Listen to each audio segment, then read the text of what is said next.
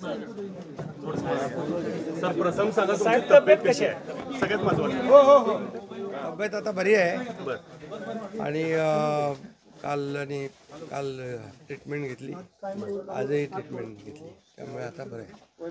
महाराष्ट्राचं एकंदर राजकारण फिरलं असताना तुम्ही दरेगावामध्ये आलेला आहात आणि तुमच्यावरती प्रचंड टीका होतीये, तर त्या बाबतीत नेमकं कसली काय? टीका? की महाराष्ट्राची सत्ता स्थापना आहे, हां. 23 तारखेला रिझल्ट लागलेले आहेत आणि मुख्यमंत्री 2-3 मग काय सत्ता स्थापन करताना काय आहे? गावाला यायचं नाही असं काय नियम आहे? मी नेहमी गावी येतो आणि एवढं सगळं आता निवडणुका झाल्या, एवढे प्रचार झाले, दौरे झाले आणि निवडणूक देखील आम्ही महायुती प्रचंड मताधिक्याने जिंकलो आणि जनतेच्या मनातलं सरकार आता स्थापन होईल आणि लोकांनी भरभरून प्रतिसाद दिला. गेल्या 2.5 वर्षामध्ये जे आम्ही काम केलं त्या 2.5 वर्षाची खऱ्या अर्थाने मी नेहमी सांगायचो भाषणामध्ये, पोचपावती जनता देईल. आणि 2.5 वर्षाच्या कामाचे जे महाविकास आघाडीने कामं थांबवली होती, प्रकल्प थांबवले होते, ते आम्ही वेगाने गतिमानतेने पुढे नेले आणि त्याचबरोबर विकास आणि कल्याणकारी योजना यांची सांगड घातली. आज कल्याणकारी योजना जर आपण पाहिल्या, मुख्यमंत्री माझी लाडकी बहीण योजना आणि इतर ज्या काही योजना आहेत, म्हणजे मुलींचं शिक्षण असेल, वयोश्री योजना असेल, शेतकऱ्यांच्या योजना असतील, अशा योजना आत्तापर्यंतच्या इतिहासामध्ये किती वर्ष तुम्ही पत्रकारिता करताय, तुम्ही देखील एकदा त्याचा अभ्यास करा की आतापर्यंतच्या इतिहासात कधीही न झालेली कल्याणकारी योजनांचा निर्णय महायुतीच्या सरकारने अवघ्या 2.25 वर्षात घेतला. बरोबर. हा इतिहास आहे आणि या योजना महाराष्ट्राच्या इतिहासामध्ये सुवर्णाक्षराने लिहिल्या जातील आणि मला विश्वास होता की आम्ही केलेला विकास, आमचा अजेंडा विकासाचा होता आणि आम्ही केलेल्या कल्याणकारी योजना, आम्ही म्हणायचो सर्वसामान्यांचं सरकार आहे, सर्वसामान्यांचं सरकार, गोरगरिबांचं सरकार. मी देखील एक शेतकरी कुटुंबातून आलो म्हणून मी गावी येतो, कारण गावी मला आलं की एक वेगळा आनंद मिळतो, माझ्या लोकांमध्ये येतो, लोक भेटतात, माझी शेती आहे, शेतीकडे जातो आणि हा वेगळा एक आनंद मला या ठिकाणी समाधान मिळतं. म्हणून मी देखील एक गरीब परिवारातून, शेतकरी परिवारातून आलो म्हणून मला याची जाणीव आहे, गरिबीची जाणीव आहे, सर्वसामान्यांच्या परिवाराची जाणीव आहे. म्हणून आम्ही ज्या योजना केल्या त्या योजनांचा सर्वसामान्य लोकांना त्यांच्या जीवनामध्ये काही ना काही फायदा झाला आणि म्हणून आम्ही म्हणाल तर इकोसिस्टीम तयार केली.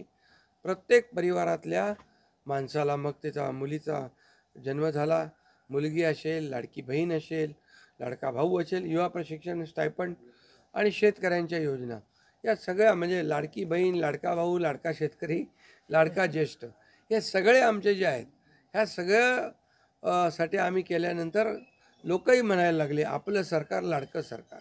आणि मला विश्वास होता की या निवडणुकीमध्ये प्रचंड यश मिळेल.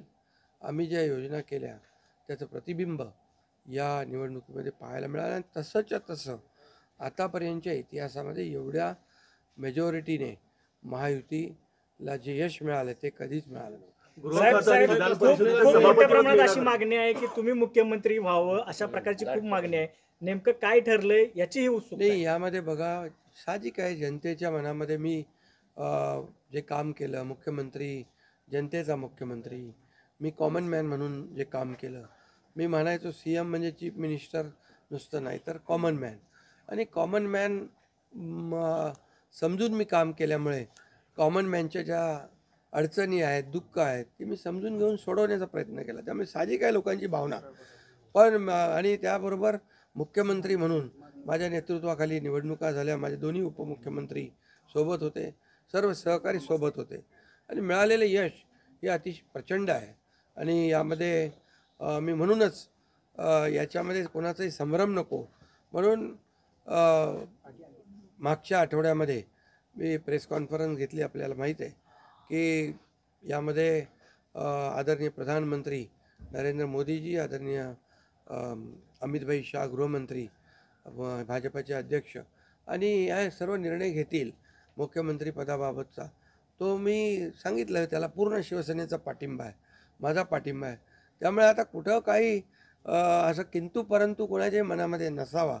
शेवटी मी मनमोकळेपणाने काम करणारा कार्यकर्ता आहे आणि म्हणून माझा निर्णय मी घेतला आहे. सर, तुमच्या सर, गटाला गृहमंत्री पद गृह- पाहिजे, गृह- विधान खातं परिषदेचं सभापती पद पाहिजे, म्हणून एकनाथ शिंदेचे हे प्रेशर पॉलिटिक्स आहे त्याचबरोबर असं बोललं जात आहे. गृह खातं आपल्याला गृह खातं आपल्याला पाहिजे. नाही, हे पहा, याच्या बाबतीत चर्चा होईल आता. बरं, चर्चा होईल, चर्चेमधून बऱ्याचशा काही गोष्टी निघतील, बऱ्याचशा गोष्टी सुटतील आणि त्यामुळे आम्हाला सर्वात महत्त्वाचं म्हणजे आम्हाला जे निवडून दिलेलं आहे लोकांनी, बरोबर. त्या लोकांना ज्या काय आम्ही कमिटमेंट केलेल्या आहेत त्या राज्याच्या विकासाच्या दृष्टीने किंबहुना ज्या आम्ही लोकांची बांधील आहोत, ही बांधिलकी आम्हाला जपायची आहे.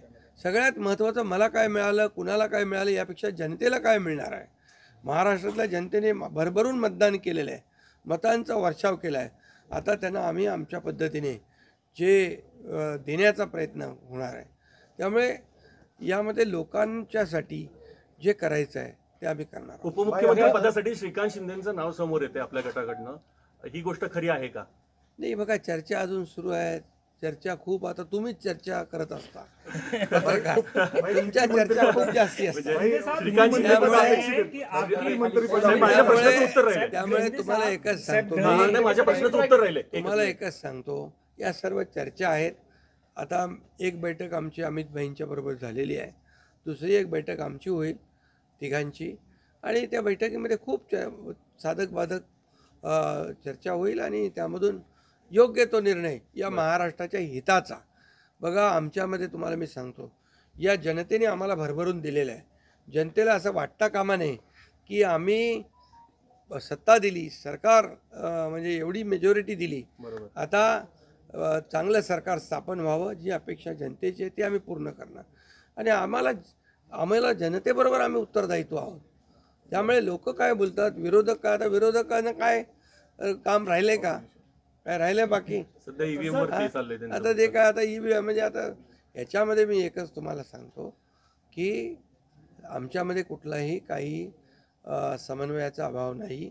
समन्वयाने काम सुरू. मी तर माझी जाहीर भूमिका परत मला मांडण्याची गरज नाही.